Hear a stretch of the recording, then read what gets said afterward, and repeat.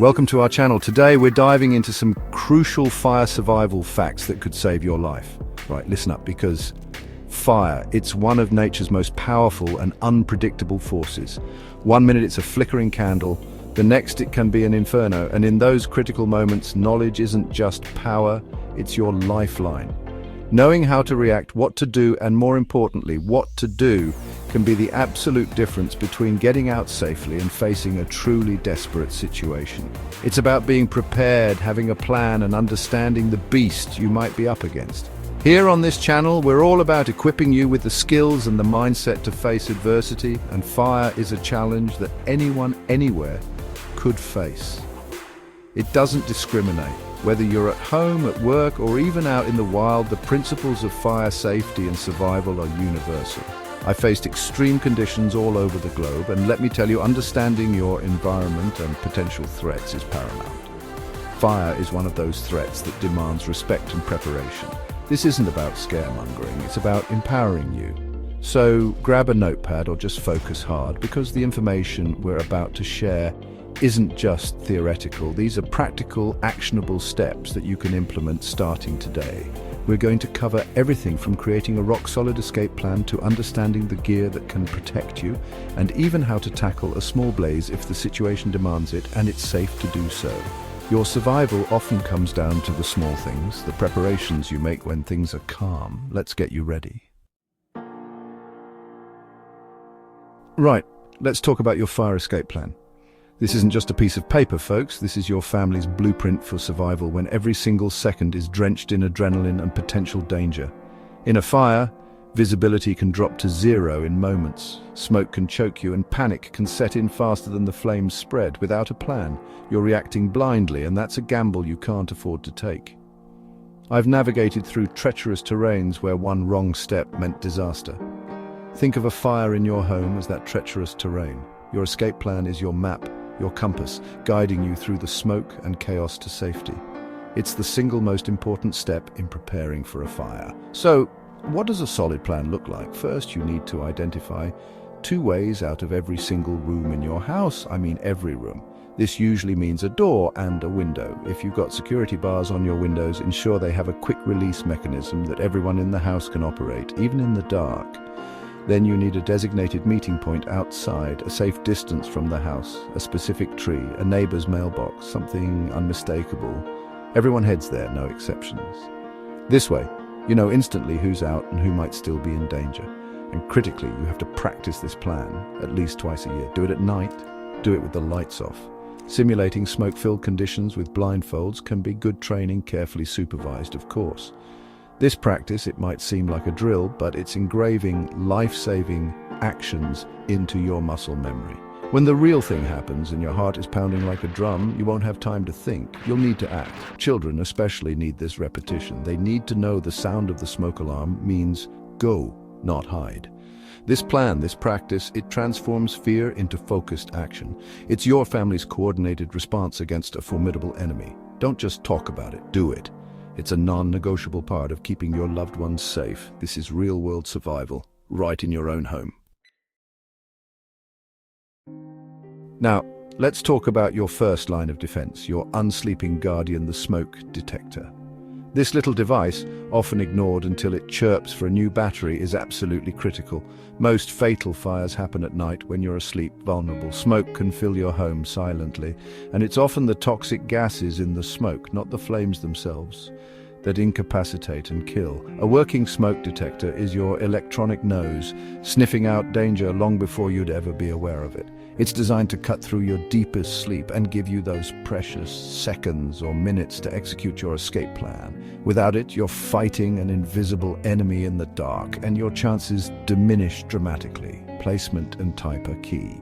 You need detectors on every single level of your home, including the basement. Install them inside each sleeping area and outside each separate sleeping area in the immediate vicinity of the bedrooms. For example, in the hallway outside a cluster of bedrooms, there are 2 main types: ionization alarms, which are generally more responsive to flaming fires, and photoelectric alarms, which are typically more responsive to smoldering fires. For the best protection, use both types or get dual sensor alarms, and if you can, get them interconnected. This is a game changer. When one alarm sounds, they all sound. If a fire starts in the basement, the alarm in your bedroom will go off, giving you the earliest possible warning. But installing them is only half the battle.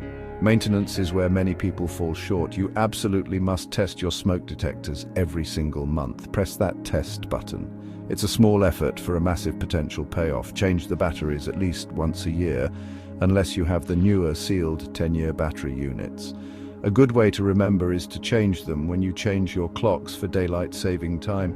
And here's a big one. Smoke detectors don't last forever. They need to be replaced entirely every 10 years. Mark the installation date on the unit. This isn't a set-it-and-forget-it piece of kit. It's a life-saving tool that needs your constant attention. Treat it with the respect it deserves. All right, let's consider something you might not think about every day in terms of fire safety: your clothing. What you wear can, in certain extreme situations, become either a crucial layer of protection or a dangerous liability. Now, for everyday life, we're not suggesting you walk around in full firefighter gear, but understanding how different fabrics react to heat and flame is valuable knowledge, especially if your work or hobbies put you at higher risk, or if you're caught in an unexpected fire situation.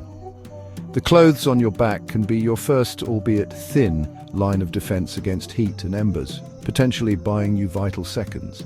The best materials for fire resistance are generally natural fibers like wool. Wool is naturally flame resistant. It's difficult to ignite, burns slowly, and tends to self-extinguish when the flame source is removed. Densely woven heavy cotton can also offer some protection, especially if it's been treated with a flame retardant. Then you have specialized synthetic materials like aramids, think Nomex or Kevlar, which are inherently flame resistant and used in professional firefighting and motorsport gear.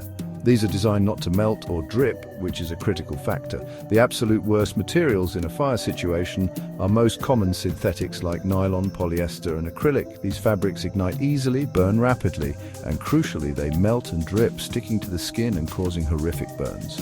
So what's the practical takeaway here?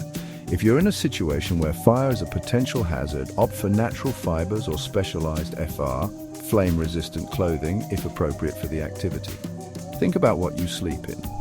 Natural fibers are a better choice than synthetics. In an actual fire, any clothing is better than no clothing to protect from radiant heat. But tight-fitting clothes are generally better than loose, flowing garments which can ignite more easily.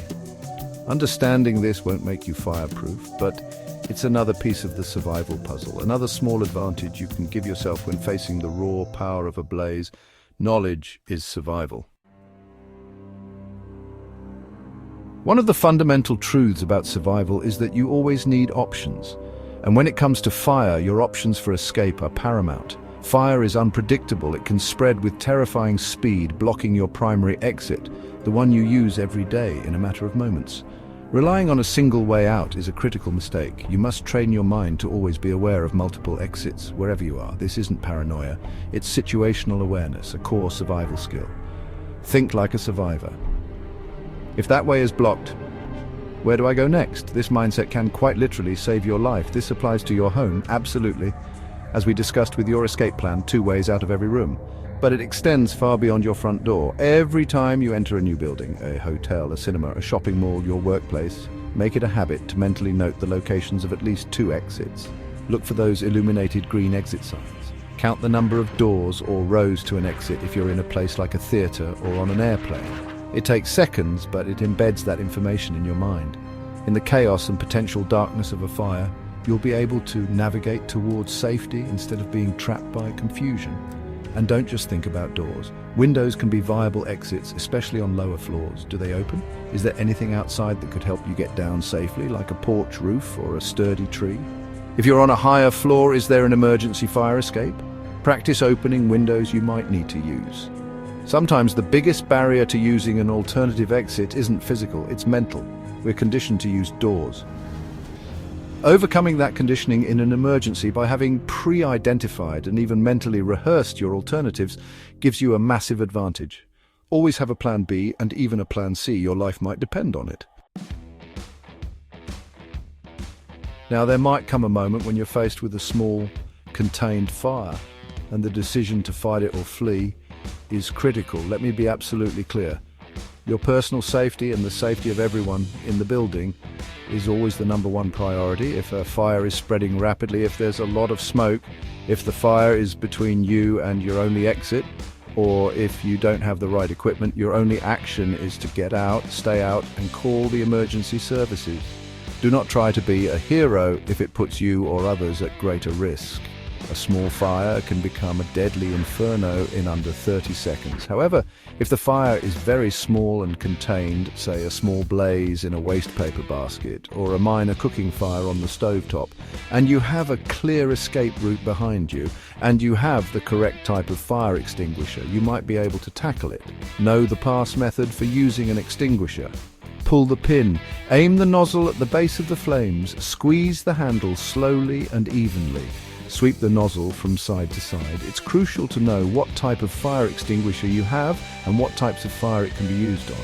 Class A for ordinary combustibles like wood and paper. Class B for flammable liquids. Class C for electrical fires. Using the wrong type can make things much worse. For example, water on a grease fire or an electrical fire. For very small cooking fires involving oil or grease in a pan, your best bet is to try and smother the flames by carefully sliding a lid or a baking sheet over the pan, then turn off the heat. Never, ever use water on a grease fire. It will cause a flare-up and spread the fire. Baking soda can also be used to extinguish small grease fires. The key is to act fast but calmly and always ensure your escape path is clear. If the fire doesn't go out immediately or if it starts to spread, abandon the attempt, get out and call for help. Knowing your limits is as important as knowing how to fight the fire. Your life is more valuable than any property. Thanks for watching. Make sure to like, subscribe and hit the bell icon for more life-saving tips. Stay safe, right? We've covered some absolutely vital ground today, from the bedrock of a solid escape plan to the crucial role of smoke detectors, even how to choose clothing that might offer a sliver of protection and when it might be right to tackle a small blaze. This isn't just information. It's an arsenal of knowledge designed to keep you and your loved ones safe when faced with one of humanity's oldest foes. But remember, survival isn't a one-time lesson, it's an ongoing commitment. Take what you've learned today and put it into action. Draw up that escape plan with your family tonight. Test those smoke alarms tomorrow. Have those conversations. The wild can be an unforgiving place, but so can an ordinary home if you're caught unprepared by fire. The skills and awareness you build now are your best defense against the unexpected. Don't wait for the roar of the flames to wish you paid more attention. Stay vigilant, stay prepared, and you'll be much better equipped to handle whatever challenges come your way. This knowledge empowers you. It gives you control in a situation that can feel utterly chaotic. Practice these skills, make them second nature, and carry that survivor mindset with you always. Because ultimately, your safety is in your hands. Take care out there and never stop learning.